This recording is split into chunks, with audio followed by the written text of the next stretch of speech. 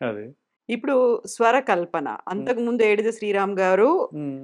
Character ఆర్టిస్ట్‌గా చేసినప్పటికి కూడా Swarakalpana very hmm. First movie as a hero. Hmm. So, మిమ్మల్ని హీరోగా పెట్టి తీయాలి అనే ఆలోచన ఎలా వచ్చింది? ఎవరికొచ్చిందసలు? అసలు యాక్చువల్‌గా స్వరకల్పన వేరే సబ్జెక్ట్ అండి. మలయాళంలోంచి రీమేక్ చేసిన ఒక మూవీ. ఆ మూవీలో ఒక గెస్ట్ క్యారెక్టర్ ఒకటుంది. హ్మ్. Important character. 15 మినిట్స్ ఉంటది. మిగతాదంతా హీరో. ఇంకొక హ్మ్. హీరో. ఒక పెద్ద హీరోని అనుకున్నాం. హ్మ్. అది అయిపోయింది. మొత్తం ఇంకా ఒక 10 డేస్‌లో షూటింగ్‌కెళ్ళాలి. అన్నీ జరుగుతున్నప్పుడు ఈ లోపల ఎవరో ఎక్కించారు. వాళ్ళ అబ్బాయిది పెద్దదంట. ఇదేమి లేదంట. ఆ! ఇలాగని. హీరో వచ్చి చెప్పగానే నాన్నగారు అయితే నో ప్రాబ్లమ్ మేము ఈ సినిమా డ్రాప్ చేసుకుంటున్నాం. పర్లేదు థ్యాంక్స్ అని చెప్పేసి అతనికి హ్మ్. హీరోకి సబ్జెక్ట్ తీసేశారు. వంశీ ఏం చేద్దాం ఇప్పుడు? అంటే వంశీ అన్నారు నా దగ్గర ఇంకో కథ ఉందండి. హ్మ్.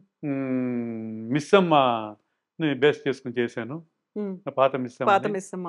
ఇది అంటే విన్నారు బాగుంది ఇది. హీరో ఎవరు హ్మ్. ఇది. హ్మ్. అప్పటికప్పుడు ఎవరు లేరు. మన రాంబాబు ఎలాగ చేస్తున్నాడు రాము అంటారు నన్ను ఇది.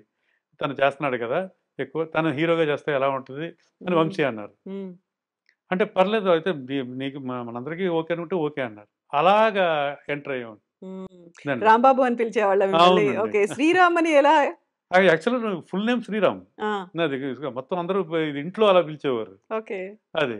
వంశీ గారు మా బ్రదర్ లాగే అలాగా చిన్నప్పటి నుంచే ఉన్నాడు. తనకి మాకు బాగా నువ్వేనే అంటాను మమ్మల్ని అందరిని హ్మ్. తను. అంత చనువు. సో, అలాగా ఆ సినిమా ఆహ్, స్టార్ట్ అయ్యింది. అది. హ్మ్. బట్ అన్‌ఎక్స్‌పెక్టెడ్‌గా అది సరిగ్గా ఆడలేదు. అవును. అది. దానికి వేరియస్ రీజన్స్ ఉన్నాయి. అంటే సినిమా బెటర్ సినిమానే. కరెక్ట్‌గా 'శివ' సినిమా రిలీజ్ అయిన 10 డేసో, 15 డేసో హ్మ్. Full mania 'Shiva'.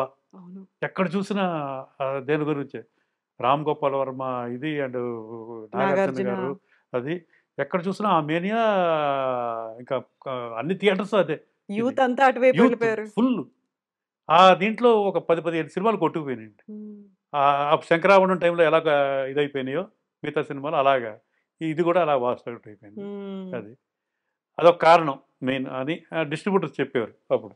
అవునా? అది. మరి ఆ టైంలో అలా ఎందుకు రిలీజ్ చేయాలని అనిపించింది? ఇంకా కొంచెం టైం తీసుకొని. అయిపోయింది. అంత ఎక్స్‌పెక్ట్ చేయలేదు కదా! టోటల్‌గా సినిమా అయిపోయింది. ఇంక రిలీజ్ చేయాలి. హ్మ్. కరెక్ట్‌గా 2 వీక్స్ బ్యాక్ అది రిలీజ్ అయింది. ఇది వన్స్ రిలీజ్ అయిన తర్వాత ఇది కాపీ వచ్చేసాక పెట్టుకోలేవారు కాదు. చాలా ఆహ్, ఖర్చు. ఆహ్, ఖర్చులు అన్నీ ఇంకా టోటల్‌గా రిస్క్ అది అలాగే పెట్టేసుకొని ఉంచలేరు. ఎన్నాళ్ళు ఎళ్తదో తెలీదది. హ్మ్. 100 డేస్ దాకా అలాగే ఉండొచ్చు. 'శివ' శివ ఇది. సో, ఇంక రిలీజ్ చేయాలి కాన్వర్ట్‌లో అలాగే చేసేసారు అప్పుడు చాలా సినిమాలు. హ్మ్. అన్నీ కొట్టుకుపోయినాయండి అప్పుడు. హ్మ్. ఏది నిలబడలేదప్పుడు. అది ఒక కారణం అని మా డిస్ట్రిబ్యూటర్లు చెప్పేవారది.